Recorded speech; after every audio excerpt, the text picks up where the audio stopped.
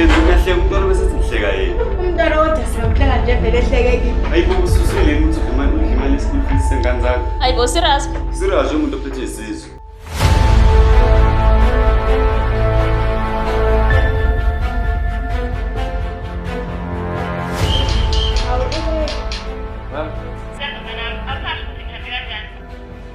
Sihambe kahle kakhulu.